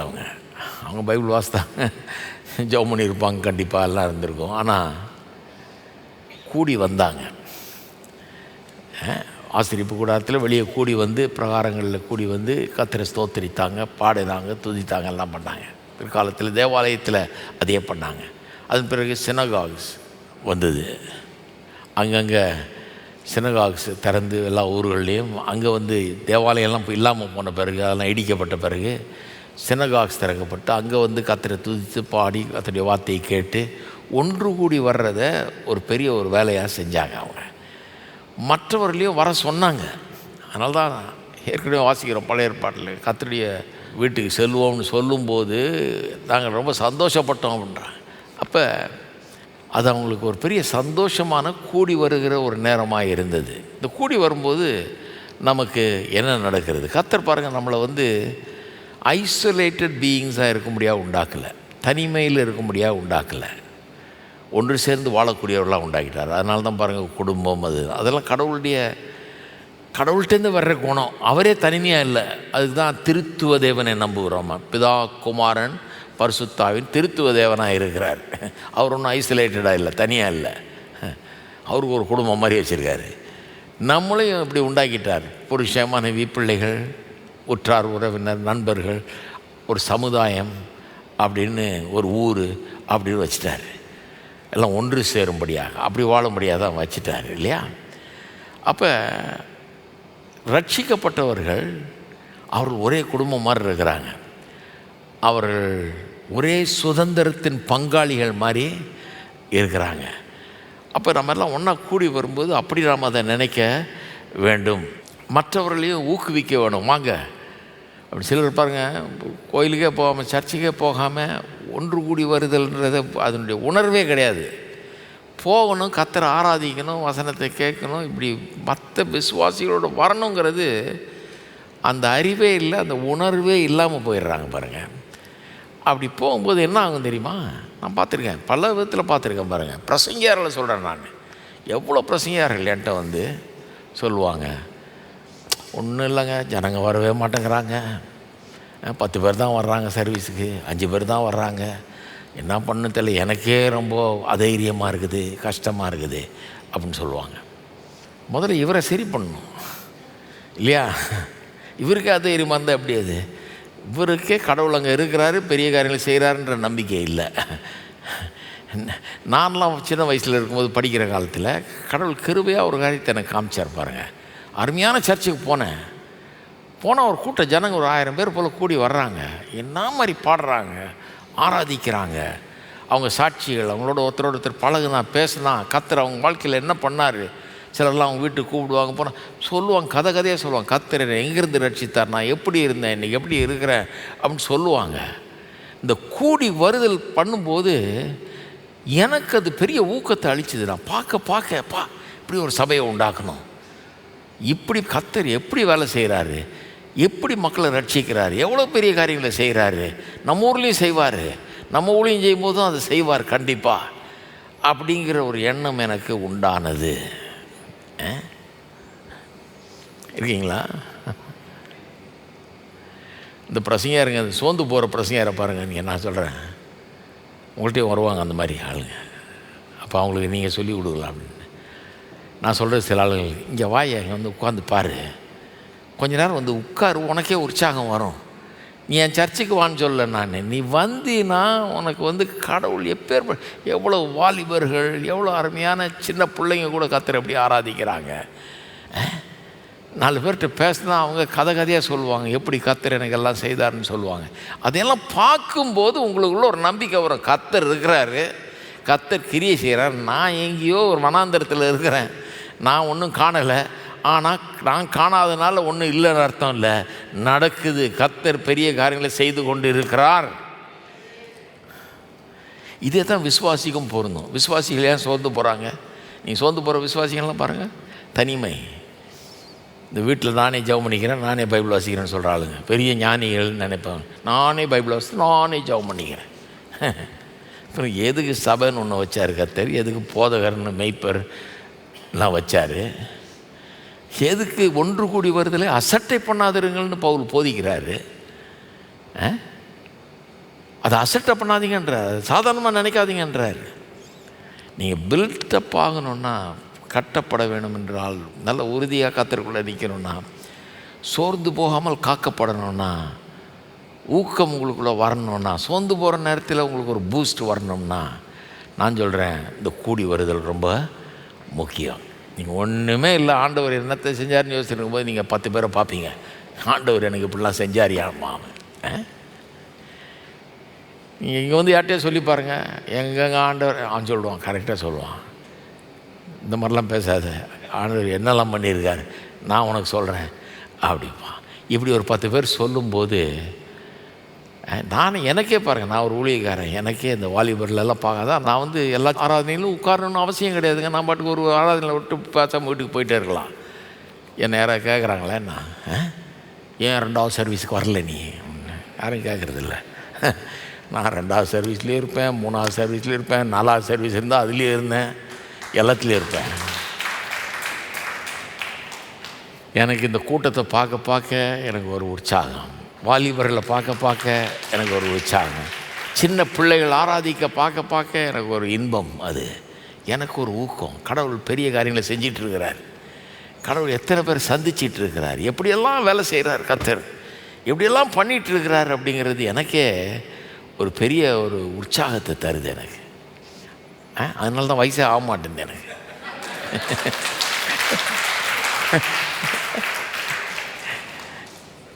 ரொம்ப வியாதியாக இருக்குதுங்க, ஒரு மாதிரி இருக்குன்னு உட்கார டைம் இல்லை எனக்கு. உட்கார டைம் இல்லை. இங்கே வலிக்குது, அங்கே வலிக்குது சில நேரம் இருந்தால் கூட போயிட்டே இருக்கிறது. ஏன்னா இதை பார்க்கும்போது இருக்கிற அந்த ஒரு இது வந்து எதுலேயுமே கிடையாது. மக்களோட மக்களாக இருந்து அதில் கலந்து கொண்டு பார்க்கும்போது எவ்வளோ பெரிய உற்சாகம். இந்த கூடி வருதில் நான் ரொம்ப நம்புகிறேன். நான் சபையினுடைய எஃபெக்டை வந்து நான் ரொம்ப ஆழமாக நம்புகிறேன். அதனால தான் ஒரு சபைக்கு போதகனாக இருக்கிறேன். அதனால தான் நான் உங்களுக்கெல்லாம் சொல்கிறேன், வாங்க, கரெக்ட் டைமுக்கு வாங்க, எல்லாம் பண்ணுங்கள், கூடிய மட்டுக்கும் தொடர்ந்து வாங்க அப்படின்லாம் சொல்கிறது என்னென்னா, ஏன்னா அதனுடைய எஃபெக்டிவ்னஸ், அதனுடைய பிரயோஜனம் வந்து சொல்லி முடியாது. நீங்கள்லாம் பிரசங்கம் பண்ணலாம் அதை பற்றி. நான் நீங்கள்லாம் பிரசங்கம் பண்ண சிறு பிள்ளைகள்லாம் இப்படிப்பட்ட ஒரு சூழ்நிலையில் இருக்கிறது எவ்வளோ முக்கியம் தெரியுமா? எங்கள் பிள்ளைகள்லாம் நாங்கள் இந்த மாதிரி சூழ்நிலையில் தான் வளர்த்தோம். இந்த மாதிரி சூழ்நிலை வந்து அவங்கள நல்ல புத்திசாலிகளாக, ஒழுங்கானவர்களாக கட்டி எழுப்பும். வாலிபர்கள் இப்படிப்பட்ட சூழ்நிலையில் இருக்கிறது எவ்வளோ அவசியம் தெரியுமா? இதெல்லாம் மறந்துட்டு சில நேரத்தில் பெற்றோரே கோயிலுக்கு போகிறதில்ல. பிள்ளை எங்கே போகும்? அவன் வாலிபனான பிறகு அவன் 6 அடி உயரத்துக்கு நிற்கிறான். அவனை பார்த்து வான்னா நீ போன்றான். அவனை பிடிச்சி இழுத்துட்டு வர முடியாது. இப்போ நீங்கள் கஷ்டம். இங்கே வந்து சின்ன பிள்ளைங்க அவங்க பெற்றோரை பிடிச்சி இழுத்துட்டு வர்றாங்க. மரியாதையை வா கோயிலுக்கு அப்படின்னு. இங்கே சின்ன பிள்ளைகள் அவளுக்கு விளங்குது, இங்கே போனால் ரொம்ப பிரமாதமாக இருக்குது, நல்லா சொல்லித்தர்றாங்க, நல்லா நடக்குது அப்படின்றது அவளுக்கு தெரியுது. சில நாள் பெற்றோர் நான் அங்கே போகிறேங்க பண்ண, எங்கே போகிறேன், இங்கே வா, நாங்கள் வர முடியாது அப்படின்னு இழுத்துட்டு வர்றாங்க. அந்த மாதிரி இருக்குது கூடி வருதல். கூடி வந்து பயனடையும்படியாக கர்த்தர் நம்மளை உண்டாக்கிட்டார். அதுதான் இந்த 4ஆம் வசனத்தின் அர்த்தம். அவருடைய வாசல்களில் துதியோடும் பிரகாரங்கள் புகழ்ச்சியோடும் பிரவேசித்து அவரை துதித்து அவருடைய நாமத்தை ஸ்தோத்திரியுங்கள். வாங்க எல்லாரும் வந்து துதியுங்கள், ஸ்தோத்திரியுங்கள். ஏன்னா இதன் மூலமாக ஒருவரை ஒருவர் நாம் கட்டி எழுப்புகிறோம். நாம் வந்து ஸ்தோத்திரிக்கும் போது மற்றவர்களுக்கு ஊக்கம் வருது. நமக்கு ஊக்கம் தேவைப்படும் போது அவங்க நமக்கு ஊக்கத்தை அளிக்கிறார்கள். ரொம்ப சோர்வாக இருக்குன்றதுனால வீட்டில் உட்காந்துடாதீங்க. சோர்வாக இருக்கும்போது தான் கிளம்பி சர்ச்சுக்கு வந்துடணும். இன்னுமே சோர்வாக இருந்துச்சுன்னா அடுத்த சர்வீஸ்லேயும் உட்காந்துருக்கணும். சோர்வு விரட்டுற வரைக்கும் விடக்கூடாது. அதனால தான் எனக்கு சோறு வரமாட்டேங்குது. வந்தாலும் ஒரு நிமிஷத்தில் விரட்டி ஓடி போயிடுது. என்ன கர்த்தர் செய்கிற அற்புதமான காரியங்களை பார்க்க முடிகிறது. பார்த்தாலே உற்சாகம் வரும் பாருங்க. நல்ல ஒரு பாசிட்டிவ் இம்பேக்ட் உண்டாகும். நம்ம எல்லோரும் ஜெபம் பண்ணோம் ஒரு நிமிஷம். கர்த்தர் நம்முடைய ஜனங்களுக்கு இதை குறித்த ஒரு ஆழமான ஒரு உணர்வையும் அறிவையும் தரணும். சபை கூடி வருதல், கர்த்தரை ஒன்று சேர்ந்து நாம் துதிக்கிறது, இதெல்லாம் ரொம்ப மேன்மையாக எண்ணணும், ரொம்ப முக்கியமாக எண்ணணும். நம்முடைய பிள்ளைகளை, நம்முடைய சமுதாயத்தை அப்படி வளர்க்கணும். ஜென்ஸின்றாங்க.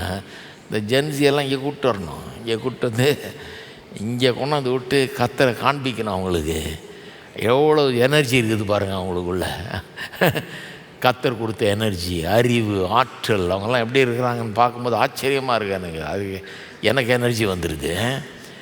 எல்லோரும் கர்த்தரை ஸ்தோத்தரிப்போம். ஸ்தோத்திரம் கர்த்தாவே, உம்மை துதிக்க கொடுத்த பாக்கியத்துக்காக உமக்கு ஸ்தோத்திரம். இந்த சபை உம்மை துதிக்கிற சபை. இங்கே கூடி வர வேண்டும், வந்து ஆராதிக்க வேண்டும் என்று மற்றவர்களை வரவழைக்க, மற்றவர்களுக்கு ஊக்கம் கொடுக்க எங்களுக்கு உதவுவீராக. சோர்ந்து போகிறவர்களுக்கு இது மருந்தாக இருக்கட்டும்.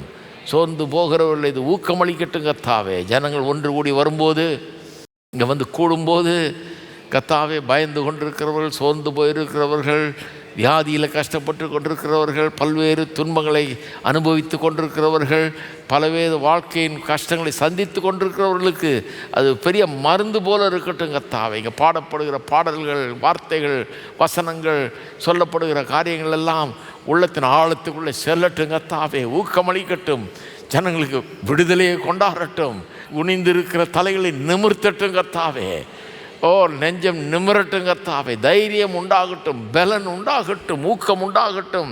அப்படிப்பட்ட ஒரு அனுபவமாக இந்த கூடி வருதல் இருக்கட்டும் கர்த்தாவே. எங்கள் சபை மக்களுக்கு இதனுடைய மேன்மையை நீர் காண்பிப்பீராக, இந்த மேன்மையை உணரச் செய்வீராக. ஓ, இந்த மேன்மையை எங்களை கர்த்தாவே அறிந்து கொள்ள செய்வீராக. உமக்கு ஸ்தோத்திரம், ஸ்தோத்திரம், ஸ்தோத்திரம், ஸ்தோத்திரம் கர்த்தாவே. அநேகருக்கு ஊக்கமளிக்கிற ஒரு இடமாக இது இருக்கட்டும் கர்த்தாவே.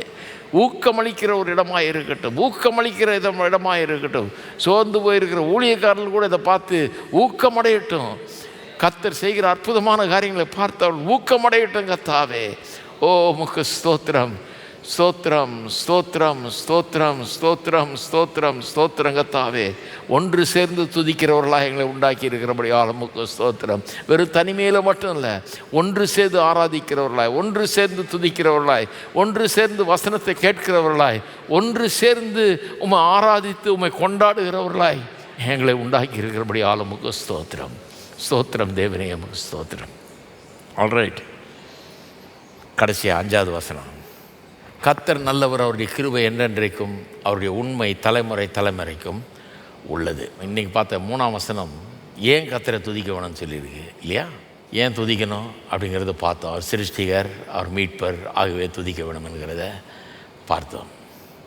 அவர் என்ன செஞ்சிருக்கிறார்? நம்ம சிருஷ்டித்திருக்கிறார், படைத்திருக்கிறார், மீட்டிருக்கிறார், பராமரிக்கிறார், மேய்ப்பராக இருக்கிறார், அதுக்குன்னு துதிக்கணும்னு சொன்னோம். ஆனால் இந்த 5ஆம் வசனம் வந்து அருமையான ஒரு வசனம். வெறும் அவர் என்ன செஞ்சிருக்கிறார்ன்றதுக்கு மட்டும் இல்லை, அதை காட்டிலும் பிரதானமாக அவர் என்னவாய் இருக்கிறார் என்பதற்காக அவரை நாம் துதிக்க வேணும். அவர் யார், எப்பேற்பட்ட தேவன் அப்படிங்கிறதுக்காக. அதுக்கப்புறம் தான் அவர் என்ன செஞ்சிருக்கிறார்ன்றது. என்ன செஞ்சிருக்கிறார்ன்றது ரொம்ப முக்கியம். ஆனால் அவர் யார்ன்றது அதை காட்டிலும் முக்கியம். அவர் யார் என்பது உண்மையாக இருக்கிறதுனால தான் அவர் இவ்வளோ நல்லா செய்கிறார்.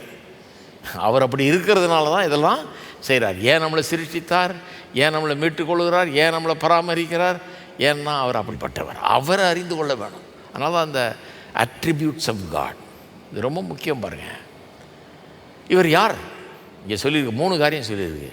நல்லவர், எல்லாம் சொல்லுவோம், நல்லவர். கர்த்தர் நல்லவர். 2வது, அவருடைய கிருபை என்றும் உள்ளது. இங்கிலீஷில் வாசித்தீங்கன்னா ஹிஸ் லவ் என்டியூர்ஸ் ஃபார் எவர்னு வருது. கிருபைன்னு மொழிபெயர்த்துட்டாங்க தமிழில். அவருடைய அன்பை தான் அது குறிக்குது. அவருடைய அன்பு என்றென்றைக்கும் உள்ளது. அப்போ அவர் நல்லவர், அவர் அன்பு மிக்கவர். 3வது, அவருடைய உண்மை, அவருடைய உண்மைத்துவம், ஃபெய்த்ஃபுல்னஸ்னு இங்கிலீஷில் வருது அழகா. தலைமுறை தலைமுறைக்கும் உள்ளது. எல்லாம் சொல்லுங்கள், அவருடைய உண்மை தலைமுறை தலைமுறைக்கும் உள்ளது. நம்முடைய கர்த்தர் நல்ல கர்த்தர். இந்த வேத வசனம் போதிக்கிற இந்த கர்த்தர் நல்ல கர்த்தர். என் வாழ்க்கையில் கண்டுபிடிச்ச சத்தியங்கள்லேயே நான் சொல்லுவேன் ரொம்ப முக்கியமான சத்தியம் கர்த்தர் நல்லவர்ன்ற சத்தியம்தான். அதனால தான் எங்கள் டிவி ப்ரோக்ராமை கர்த்தர் நல்லவர் அப்படின்னு பேரிட்டேன். எல்லாம் சொன்னாங்க, என்ன பேர் இது, இப்படியா பேர் வைக்கிறது அப்படின்னா. அப்படி தான் வைப்போம். ஏன்னா அதுதான் சொல்லுது, நான் என்ன சொல்ல வர்றேங்கிறத கரெக்டாக சொல்லுது. கர்த்தர் நல்லவர். கர்த்தர் நல்லவர், 2 வார்த்தையில் முடிஞ்சது. கர்த்தர் நல்லவர். வேதம் போதிக்கிற இந்த கர்த்தர் நல்லவர்.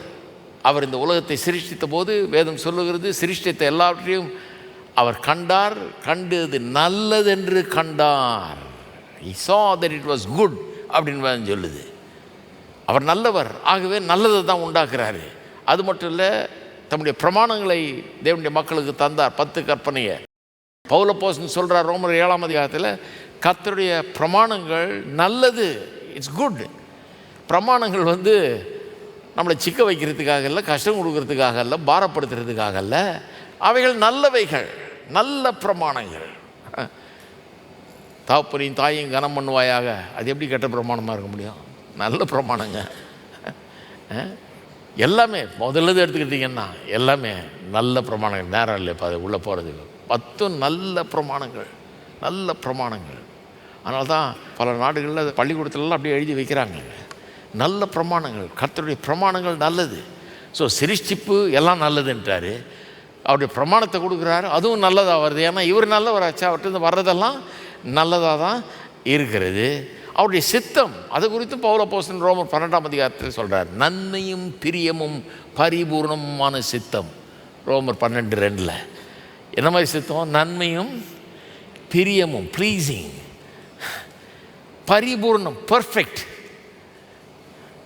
God's will is good, it's pleasing, it's perfect.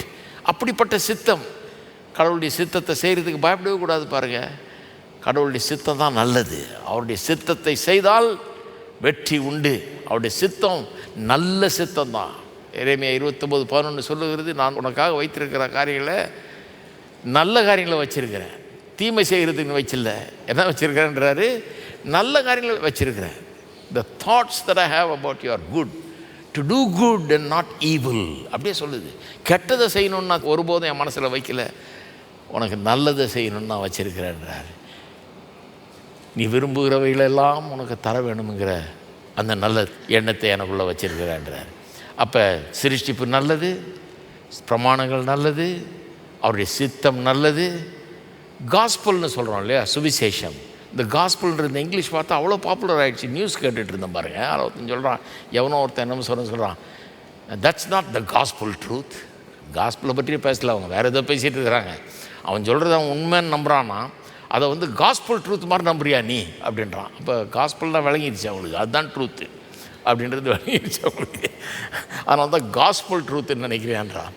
ரொம்ப சந்தோஷம். அந்த காஸ்பல்னால் என்ன, அதை அப்படியே டிரான்ஸ்லேட் பண்ணிங்கன்னா என்ன அர்த்தம்னா, எவங்கலியோன் என்கிற வார்த்தை காஸ்பல்னு இங்கிலீஷில் மொழிபெயர்த்துருக்கிறாங்க. பிளெயின் இங்கிலீஷில் மொழிபெயர்த்திங்கன்னா குட் நியூஸ். அதான் சொல்லுவாங்க குட் நியூஸ், நற்செய்தி, நல்ல செய்திங்க. கிறிஸ்தவ செய்திங்கிறது நல்ல செய்தி. அது மட்டும் இல்லை, காட் என்ற வார்த்தையை பாருங்கள், அது எங்கேருந்து வருதுன்னு சொல்கிறாங்க தெரியுமா? காட் என்ற வார்த்தை குட்டுங்கிற வார்த்தையிலேருந்து ஒரு ஓ கழிச்சா காடு, அப்படி தான் காடே வந்ததுன்றாங்க. இந்த வார்த்தையை அங்கேருந்து தான் வந்துன்றாங்க. அப்போ அவர் நல்லவர், அவர் நல்லவர், அவர் ஒருவரே நல்லவர். அதனால தான் அவர் காடு. எல்லாம் காடு கிடையாது, அவர் தான் காடு. அவர் குட்டு. அந்த குட்டாக இருக்கிறவர் தான் காடு. வேறு எவரும் காடு கிடையாது, வேறு எவரும் குட் கிடையாது. இயேசுவே சொல்லிட்டார். என்ன அற்புதமான காரியம் பாருங்கள். நாம் எல்லாம் பாவத்தில் விழுந்து கெட்டு போய் நம்ம வாழ்க்கை இன்றைக்கி ஏன் கஷ்டமாக இருக்குதுன்னு நான் சொல்கிறேன் பாருங்கள். மனித உறவுகளே கஷ்டமாக இருக்குது. நம்ம உலகத்தில் வாழ்கிறதே ரொம்ப கஷ்டமாக தான் இருக்குது இல்லையா? எங்கே போனாலும் ஏதாவது பிரச்சனை, லொல்லுன்னுவாங்களே, ரொம்ப ஓவர். எங்கே போனாலும் எல்லாத்துலேயும் பிரச்சனை. எவனாவது என்னத்தையா பிரச்சனை பண்ணுறதுலையே தான் இருப்பான். அப்படி தான் இருக்குது. ஏன்னா எல்லாம் பாவிகள். அவன் சுயநலம், தனக்காக வாழ்கிறது, தான் விரும்புகிறதையே செய்கிறது, மற்றவனை மிதிச்சுக்கிட்டு போகிறது, அப்படி தான் இருக்குது வாழ்க்கை இல்லையா? அதனால தான் பிரச்சனை. இது என்ன பண்ணுது, எல்லாத்துலேயும் வந்துடுது. நம்ம குடும்ப உறவுகளில் கூட வந்துடுது. கணவன் மனைவின்ற உறவு கூட ஏன் சில நேரம் ஒர்க் அவுட் ஆக மாட்டேங்குது? ஏன்னா 2 இம்பர்ஃபெக்ட் பீப்புள் சில நேரத்தில் காதலிச்சே கல்யாணம் பண்ணுறாங்க, இருந்தால் கூட ஒர்க் அவுட் ஆக மாட்டேங்குது. ஏன்னா இந்த காதல் கூட இம்பர்ஃபெக்ட் தான். இந்த காதல் பர்ஃபெக்ட் நினச்சிக்காதீங்க. சினிமாவில் தான் அது பர்ஃபெக்ட்டு, அது இம்பர்ஃபெக்ட்டு. இன்றைக்கி காதல்னா நாளைக்கு அது போதல்னு ஆகிடும். அது அவ்வளோதான். அது பர்ஃபெக்டே கிடையாது, அது ரொம்ப இம்பர்ஃபெக்ட். ஏன்னா பீப்புள் ஆர் இம்பர்ஃபெக்ட், ஜனங்க இம்பர்ஃபெக்ட், எல்லாருமே நீங்கள் நான் எல்லாமே இம்பர்ஃபெக்ட். அதனால தான் அது ஒர்க் அவுட் ஆகிறது இல்லை. அதனால தான் வேதம் சொல்லுகிறது 3 strand cord never breaks. Tamil எப்படி வருது? முப்பிரி கயிறு அறாது இல்லையா? 3 ஸ்ட்ராண்ட் இருக்குதான். 2 வந்து புருஷன் மனைவி ஸ்டாண்டுன்னு வச்சுக்கோங்க. இந்த 3வது கடவுள். இந்த 2 இம்பர்ஃபெக்ட் ஒன்றா சேர்ந்தால் தகராறு தான் நடக்கும், அடிதடி தான் நடக்கும். ஏன்னா இந்த 2மே தன்னலம், சுயநலம், இது மாதிரி ஆயிடுச்சு. பாவக்கரை அங்கே இருக்கிறதுனால அது அப்படி இருக்குது. அதனால் பர்ஃபெக்ஷன் இல்லாததுனால எங்கே பார்த்தாலும் பிச்சுக்கும் அது. ஆனால் இதில் கடவுள் திருமணத்தில் என்ன பண்ணுறார், கடவுள் உள்ளே சேர்ந்துடுறார். கடவுளை மையமாய் வைத்து கர்த்தரை மையமாக வச்சு திருமண வாழ்க்கையை வாழும்போது என்ன ஆகுது, முப்பிரி நூல் அறாதுன்னு சொல்லியிருக்கிற மாதிரி இந்த 3வது எலிமெண்ட்டு கர்த்தர் அவர் வந்துடுறார். வந்துட்டா இந்த 2ம் அறுகிற மாதிரி இருக்கும். ஆனால் இது பிடிச்சிட்டு இருக்கும். அது இது நல்லா கெட்டியாக பிடிச்சிட்டு இருக்கிறதுனால இது 2 வீக்காக இருந்தாலும் இதுவும் அறாமல் இருக்கும். இருக்கிறீங்களா? நான் சொல்கிறேன், கிறிஸ்தவ திருமணங்கள்லாம் அப்படி தான் நிற்கிது. நம்ம பர்ஃபெக்ட்ன்றதுனால இல்லை, அவர் பர்ஃபெக்ட். அவருடைய அன்பு நமக்குள் ஊற்றப்பட்டிருக்கிறது. அவருடைய அன்பு நமக்குள்ளே ஊற்றப்பட்டிருக்கிறது. நம்ம சாதாரண மனுஷர்கள், நம்மளை விட்டால் பிச்சுக்குவோம். ஆனால் அவருடைய அன்பு ஊற்றப்பட்டிருக்கிறதுனால அது கெடாமல் பார்த்துக்குது, அறாமல் பார்த்து கொள்ளுகிறது. அவருடைய அன்பு என்றென்றைக்கும் உள்ளது. கிருபை என்றென்றைக்கும் நீங்கள் போட்டிருக்கு. Love endures forever. நான் சின்ன வயசில் இருக்கும்போது தமிழ் பேப்பர் எங்கள் வீட்டில் டெய்லி வாங்கினேன். எங்கள் அப்பா 2-3 பேப்பர் படிப்பார். இங்கிலீஷில் 2, தமிழில் 1 இப்படி படிப்பார். நானும் சேர்ந்து படிக்கிறது இவரோட சேர்ந்துட்டு. அதில் தமிழ் பேப்பரில் எனக்கு ஞாபகம் இருக்குது, டெய்லி ஒரு லவ் ஃபெயிலியர் ஸ்டோரி வரும். ஸோ லவ் ஃபெயிலியர் ரொம்ப காமனாக வந்துடுச்சு. தினந்தோறும் எவனா போய் பீச்சில் விழுந்து செத்தான், ஏன்னா காதல் தோல்வி அப்படின்னு. பைபிளை திறந்து வாசிக்கிறேன். பைபிள் சொல்லுது, அன்பு ஒரு காலம் ஒழியாது. Love never fails. ஃபெயில் ஆகாத அன்பை பற்றி பைபிள் சொல்லுது. எனக்கு ஆச்சரியம். அப்பா, நான் கேட்டதெல்லாம் டெய்லி வாசித்தேன் பேப்பரில். லவ் ஃபெயிலியர் பைபிள் சொல்லுது, லவ் ஃபெயில் ஆகாது. என்னது இது? எந்த விதமான அன்பு இது? கர்த்தருடைய அன்பு. அதனால தான் இந்த அன்பு தேவை. பாருங்கள், இந்த அன்பு தேவை. இந்த அன்பு ஒரு காலம் ஒழியாத ஒரு அன்பு. நான் வெளிநாடுகள்லாம் பார்த்துருக்கிறேன். 50 வருஷம் கல்யாணம் ஆன பிறகு டிவோர்ஸ் பண்ணுறாங்க. நான் கேட்டேன், ஒருத்தங்க என்னையா பண்ண போகிறேன், 50 வருஷம் ஒன்றா வாழ்ந்துட்டீங்க, இப்போ போய் டிவோர்ஸ் பண்ணி நீ என்னத்தை தனியாக வாழ்ந்து என்னத்தை இல்லை வேணாம் எனக்கு அப்படின்னா. சரி, இப்போ எப்படி பாருங்கள், 50 வருஷம் வாழ்க்கை தூக்கி எறிஞ்சிடுறாங்க. 1-2 வருஷம் கிடையாது, தூக்கி எறிகிற அளவுக்கு போகுது. ஆகவே கர்த்தருடைய அன்பு ரொம்ப அவசியம். கர்த்தருடைய அன்பு வந்துருச்சுன்னா உள்ள வேத வசனம் சொல்லுது, ரோமர் 5:5, the love of God is shed abroad in our hearts through the Holy Spirit.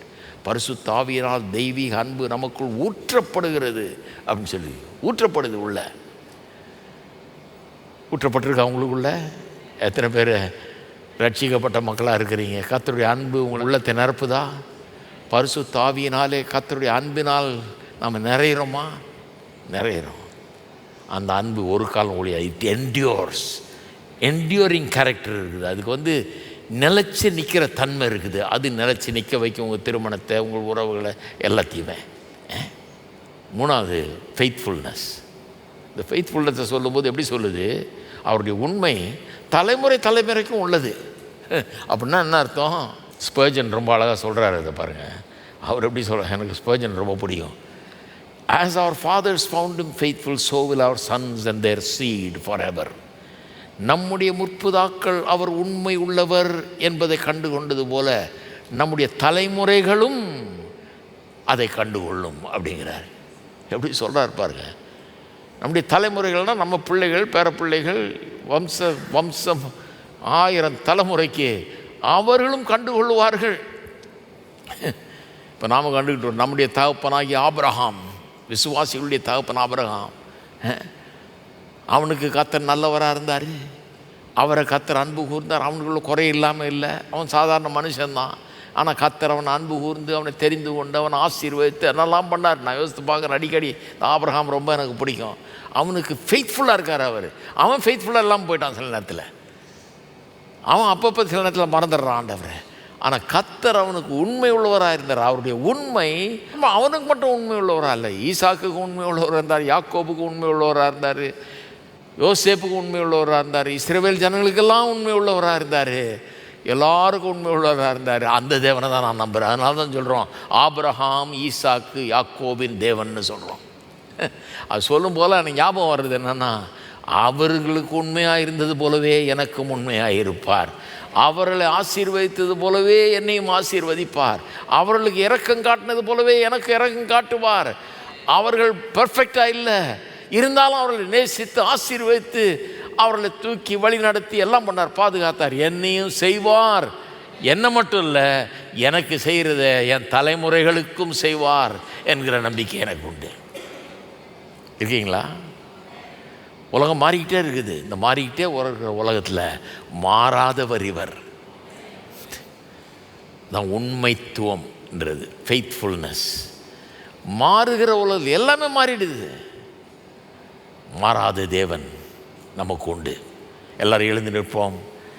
நாம் எல்லாரும் கர்த்தர் நல்லவர், அவர் அன்பு என்றென்றைக்கும் உள்ளது, அவர் தலைமுறை தலைமுறையாக அவர் உண்மை உள்ளவராக இருக்கிறார். இதையெல்லாம் எண்ணி பார்த்து கர்த்தரை ஸ்தோத்தரிப்போமா? நம்ம கொஞ்ச நேரம் கர்த்தரை நல்லா துதிப்போம். நம்முடைய வாய் திறந்து நாம் கர்த்தரை ஸ்தோத்தரிப்போம். ஸ்தோத்திரம் கர்த்தாவே, ஸ்தோத்திரம் தேவனே, உமக்கு ஸ்தோத்திரம். ஓ நல்லவரே, உம்மை துதிக்கிறோம். நல்ல பிதாவே, உமக்கு ஸ்தோத்திரம். நல்ல இயேசுவே, உம்மை துதிக்கிறோம். நல்லவரே, உம்மை துதிக்கிறோம், துதிக்கிறோம், துதிக்கிறோம் கர்த்தாவே. நல்ல தேவனே, உமக்கு ஸ்தோத்திரம். இது எவ்வளவு நல்லவர் என்பதை குறித்து இன்னும் ஆழமாக எங்களுக்கு கற்றுத்தாருங்க கர்த்தாவே. நீ நல்லவர் என்பதை காண கிருபை செய்வீராக, உணர்ந்து கொள்ள கிருபை செய்வீராக, அறிந்து கொள்ள கிருபை செய்வீராக. எங்கள் மனக்கண்களை பிரகாசமடைய செய்யட்டும். பவுல் அப்போஸ்தலன் சொன்னது போல எங்கள் மனக்கண்கள் திறக்கப்பட்டு இயேசுவின் அன்பினுடைய ஆழம், நீளம், அகலம், உயரம் எல்லாவற்றையும் புரிந்து கொள்ளக்கூடிய ஒரு அறிவை எங்களுக்கு கட்டளையிடுவீராக. ஓ உம்முடைய அன்பின் ஆழம், அகலம், நீளம், உயரம் இதை புரிந்து கொள்ள கிருபை செய்துள்ள கர்த்தாவே. இன்னும் ஆழமாக அதை அறிந்து கொள்ள கிருபை செய்வீராக. உம்முடைய அன்பு எங்களுக்கு விளங்கட்டுங்க கர்த்தாவே. இன்னும் அதிகமாக அதை தியானிக்க, விளங்கிக் கொள்ள எங்களுக்கு கிருபை செய்வீராக. அது என்றென்றைக்கும் உள்ள அன்பு என்பதை புரிந்து கொள்ள செய்வீராக. எங்களுடைய குறைகள் மத்தியிலும் எங்களை அன்பு கூறுகிறவர்கள், ஒருபோதும் எங்களை கைவிடாதவர், எங்களை விட்டு விலகாதவர், ஒருபோதும் ஒருபோதும் எங்களை தள்ளி விடுகிறதில்லை என்ற வார்த்தைகளை எல்லாம் எங்களுக்கு உறுதிப்படுத்தி தருவீராக. உள்ளத்திலே அவைகள் ஏறட்டும் கர்த்தாவே. ஓ நீர் உண்மை உள்ளவர், நீர் உண்மை உள்ளவர். ஆபிரகாம், ஈசாக்கு, யாக்கோபு, யோசேப்பு, இஸ்ரவேல் மக்கள் என்று எல்லாருக்கும் உண்மை உள்ளவராக இருந்தீர். நீர் ஆபிரகாம், ஈசாக்கு, யாக்கோபின் தேவன் என்று நாங்கள் சொல்லுகிறோம். எங்களுக்கும் உண்மை உள்ளவராக இருக்கிறீர். எங்கள் தலைமுறை தலைமுறையாக எங்களுடைய சந்ததிகளுக்கும் உண்மை உள்ளவராய் நீர் இருப்பீர் என்பதை நாங்கள் நம்புகிறோம் கர்த்தாவே. ஆகவே தான் அவர்களெல்லாம் உம்முடைய வழிகளில் நாங்கள் நடத்துகிறோம், உம்மை அறிந்து கொள்ளும்படி செய்கிறோம், உம்மை போதிக்கிறோம், உம்முடைய வழியை அவர்களுக்கு காட்டுகிறோம். ஏனென்றால் நீர் உண்மையான தேவன், நீர் உண்மை உள்ளவர், நீர் மாறாதவர். உலகத்தில் எல்லாம் மாறும்போது நீர் மாறாத நல்லவராக இருக்கிறபடியால் உமக்கு ஸ்தோத்திரம். மாறாதவரே உமக்கு ஸ்தோத்திரம், ஸ்தோத்திரம், ஸ்தோத்திரம், ஸ்தோத்திரம் கர்த்தாவே. ஸ்தோத்திரம் தேவனே, உமக்கு ஸ்தோத்திரம். நன்றி செலுத்துகிறோம் கர்த்தாவே, ஸ்தோத்திரம் செலுத்துகிறோம் கர்த்தாவே. மக்களை ஆசீர்வதித்தலும். தூரத்திலிருந்து பார்த்து கொண்டிருக்கிறவர்கள் கூட தங்கள் பாரங்களை எல்லாம் இன்றைக்கு இறக்கி வைக்கட்டும். இங்கே இருக்கிறவர்கள் கூட ஒருவேளை பாரத்தோடு, கஷ்டத்தோடு, பல்வேறு பிரச்சனைகளோடு வந்திருந்தால் கூட தன்னுடைய பாரத்தை எல்லாம் இன்றைக்கு இறக்கி வைக்கட்டும். ஏனென்றால் கர்த்தர் நல்லவர், அன்பான தேவன், அவர் உண்மை உள்ளவர். எங்களை படைத்தவர் மட்டுமல்ல, எங்களை மீட்கிறவர், எங்களை பராமரிக்கிறவர். பாரங்கள் இறக்கி வைக்கப்படட்டும் இன்றைக்கு. ஓ கவலைகள் ஒழியட்டும். தேவ சமாதானம், சந்தோஷம் உண்டாகட்டும். இயேசுவின் நாமத்திலே ஜெபிக்கிறோம். ஆமென். God bless you.